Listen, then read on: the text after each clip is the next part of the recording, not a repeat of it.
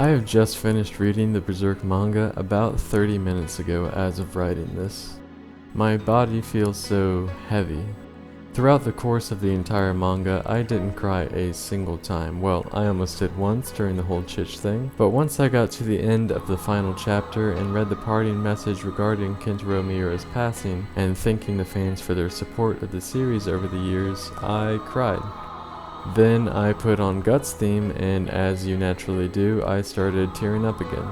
As far as we know, Berserk is finished. It's been running since 1989, but due to the unfortunate passing of the author Kentaro Miura, it is currently at a stop.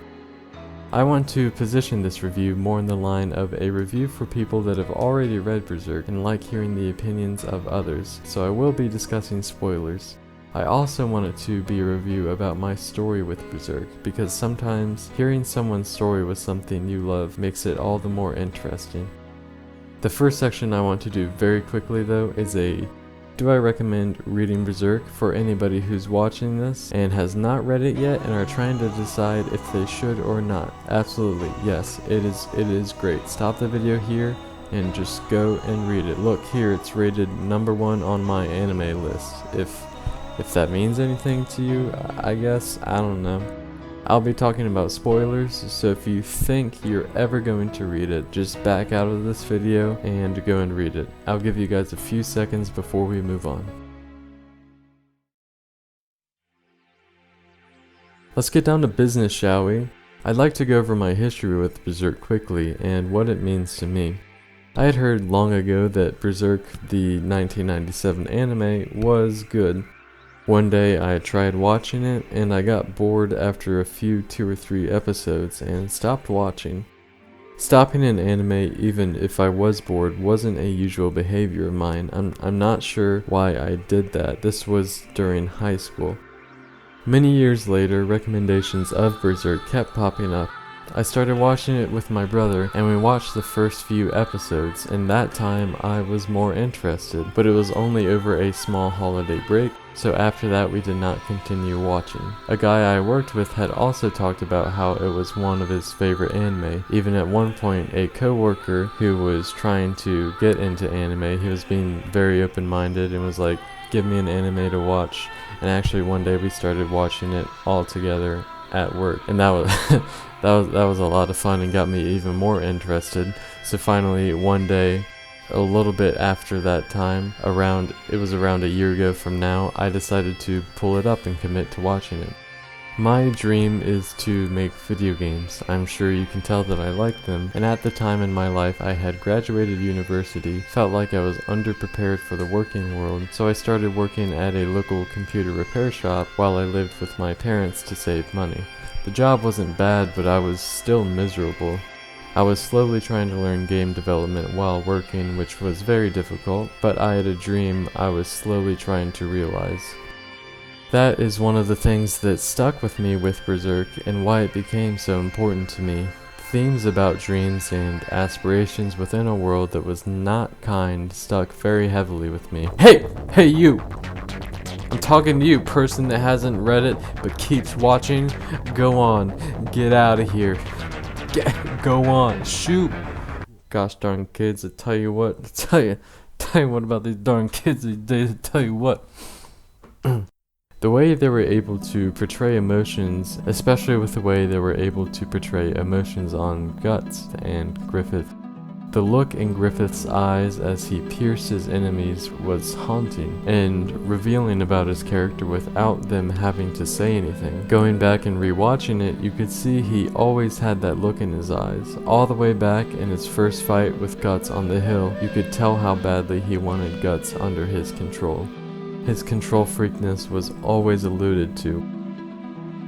Then there's Guts. Guts takes the appearance of the stereotypical giant muscle manly man with a giant sword and turns him into such a deeply flawed and emotional character that grows. Two of my favorite frames in the entire show are of Guts' face after he killed Adonis and didn't realize it was him until it was too late.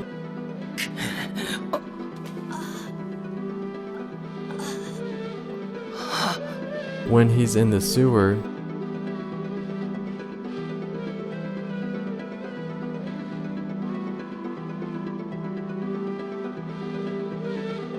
and on the steps looking up at Griffith.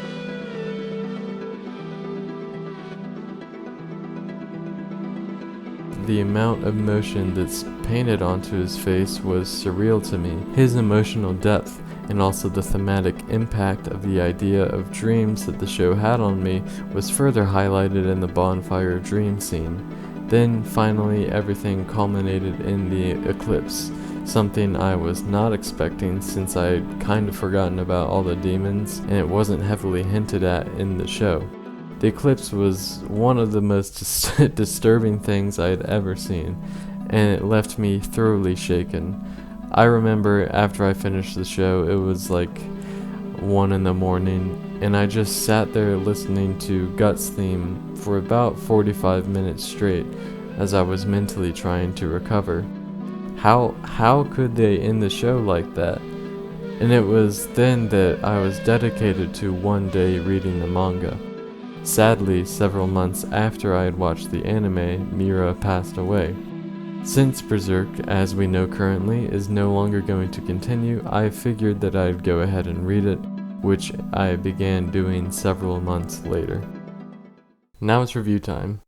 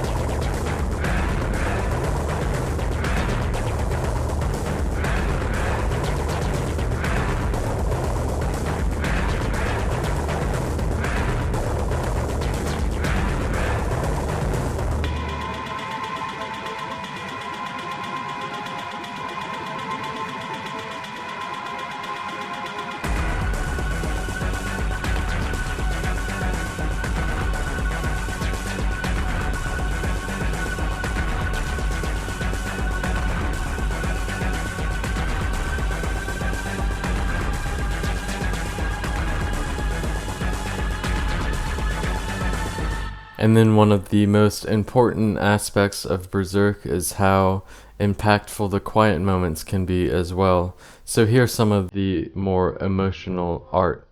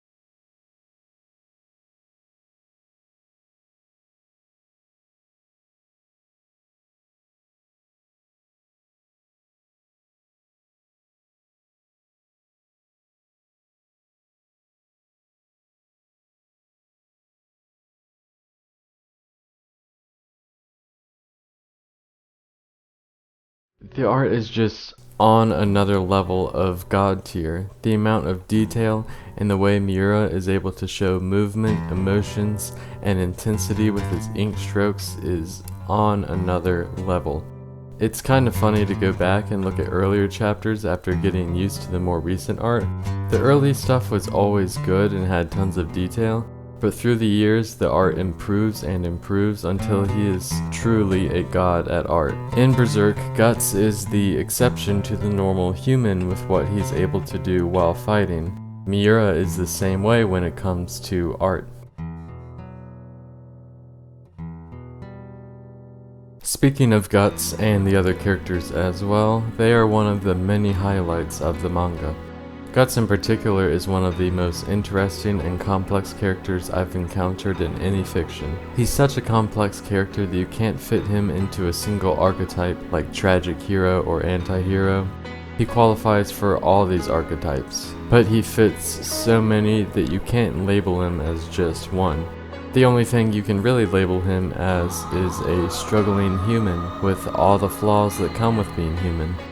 If you were to draw out his character arc, it wouldn't be a classic, smooth progression of an arc with one moment of a mess up till he changes his mind because of what he learned. It's a long and slow arc of slowly learning that takes a steep dive that takes an even longer time to dig himself out of than the previous one. His character arc is complex and interesting in that his life is so heavy with struggling and suffering, but he keeps on fighting. From the moment of his birth under his mother's hanged body, he is set into the world struggling. His terrible childhood was filled with multiple traumas, and what makes him such a unique character is that those never go away. His entire arc during the Golden Age is going from a broken and cold teenager who's only been wronged to a man who's learned how to make friends, emotionally open up to people, have a romantic relationship, and slowly get over the traumas of his past with the help of those around him. Then the eclipse happens,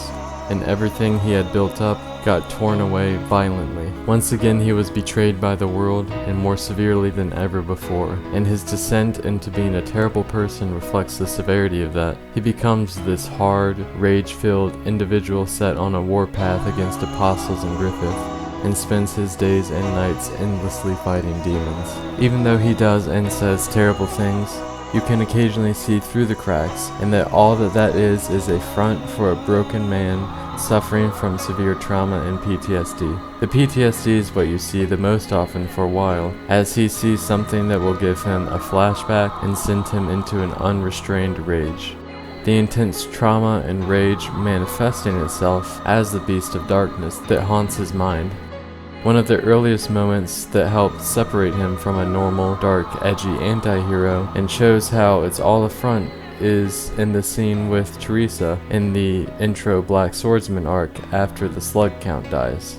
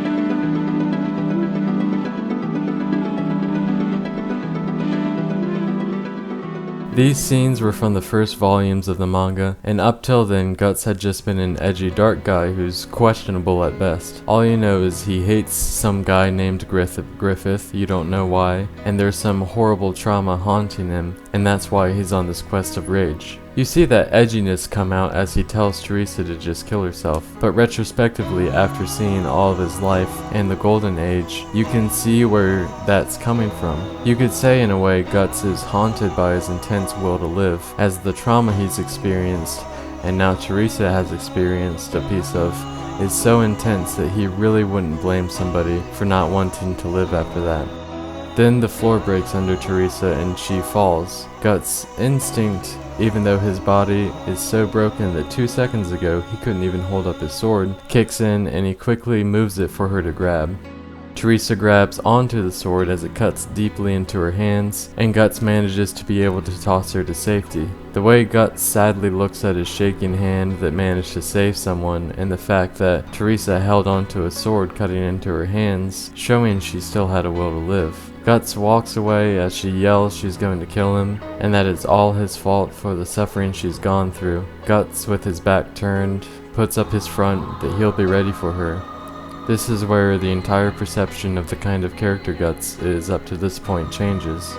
Puck manages to pull the camera to in front of Guts and shows him with a trembling lip and tears in his eyes. Something at this point you never expected of him, and adds so much depth to him and his actions. Guts quickly turns away, wipes his eyes in hopes that Puck didn't see, and continues to stumble away. That one interaction set Guts apart from all traditional dark anti-heroes, and that was just the introduction. Guts continues to grow and attempts to overcome his trauma. The scolding Godot gives him about abandoning Casca makes Guts realize he's actually in the wrong, and he changes because of this. Then over the course of his journey, he allows people to get close to him. He allows people to help him, lets them be his friends and companions.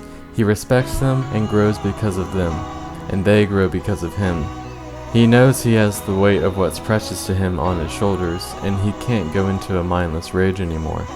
This panel is one of the most profound in the entire series, as the change in Guts between the Black Swordsman and the Protector trying to heal Casca is shown so beautifully without any words.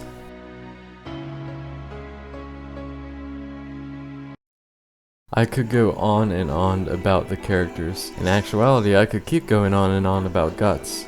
This is the third time I had rewritten the entire Guts section because I was so prone to going overboard on how much I talked about because there's just so much to talk about. It became a character analysis. And I mean, what I just did was kind of a character analysis anyway. You could make a whole 2-hour long video just analyzing Guts, and you could make videos analyzing all the other characters as well, like Farnese, a child neglected by her rich parents, who takes to burning people at the stake and other horrible deeds as a child because people praised her for it and she was being controlled by religion. This leads to her being a truly messed up individual as an adult that burns heretics without hesitation. Then during the conviction arc, she sees how wrong she was about everything, and the strength that Guts shows inspired her to leave her religion and follow Guts to learn the truth of the world. She then has to grow as a person who can take care of herself, as she had grown up having everything done for her. She also has to take care of Casca, who had grown attached to her, and learns the true value of having somebody to protect and take care of, which is extra impactful to her because her parents never gave her that.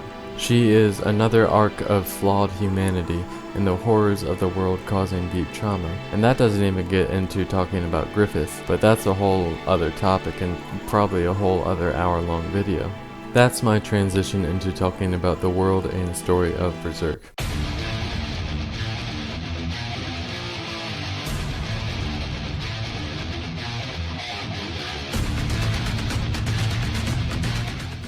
Golly phew, OG.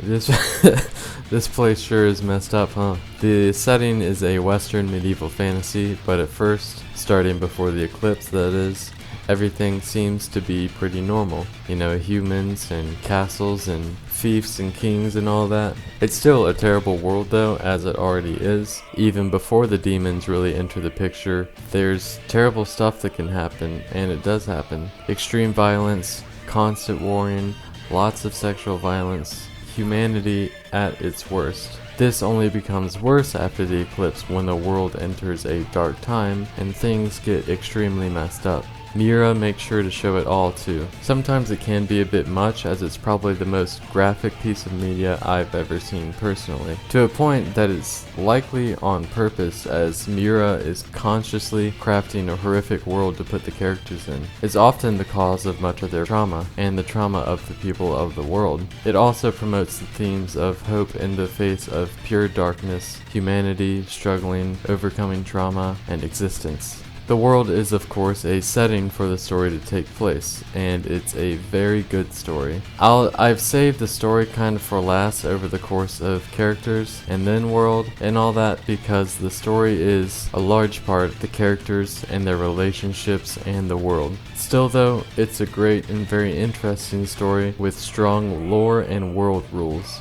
The pacing of the introduction of that is all great as well. First you see the world without demons in the golden age, and then the demons start coming in, then magic starts popping its face. You learn about how there's the physical world and the ethereal or astral world and the world of ideas and how all that works together. It slowly builds up what the world is capable of, but it makes sense. Since it's such a long manga with so many arcs, it's really difficult to talk about in much detail, but it remains consistently interesting in each arc. It's useful that I didn't have to wait months and months between each chapter like many people did near the end of the manga's run, so for me it always maintained a smooth pace, even during the ship arc.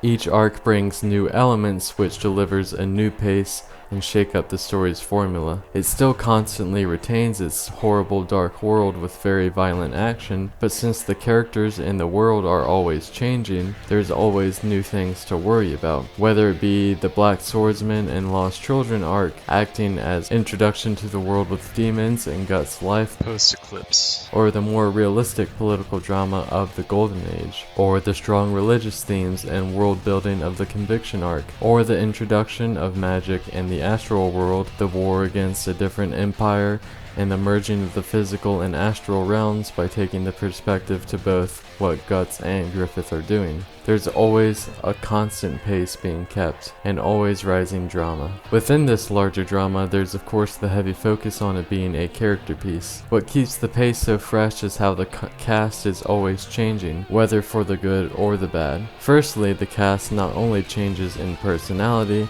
but who the cast is in the first place. Golden Age is a completely different cast from the rest. Then slowly more characters are introduced. First it's Puck, then it's Isidro, then it's Farnese and Serpico. I don't know if I'm pronouncing these right. Then it's Shirke and Ivalera, then it's Roderick and Magnifico.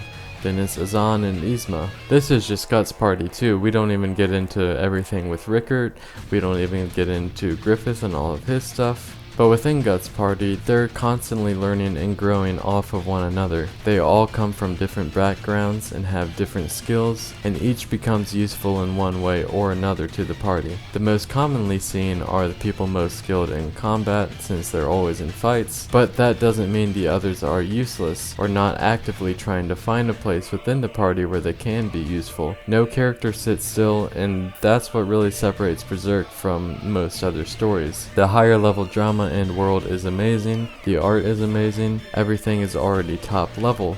But the way it takes this larger and intensely interesting story and introduce complex characters with deep relationships and constant change sets it apart. Now, finally, I will talk about Griffith. You can't really talk about Berserk without talking about Griffith. He is an extraordinary villain, and part of that comes from all the different ways you can view him from different perspectives within the story. Over the course of the series, he never really changes, but that staticness is written so well that it becomes even more interesting than a strong character arc full of changes. Not to say he is a static character, but everything about him is calculated.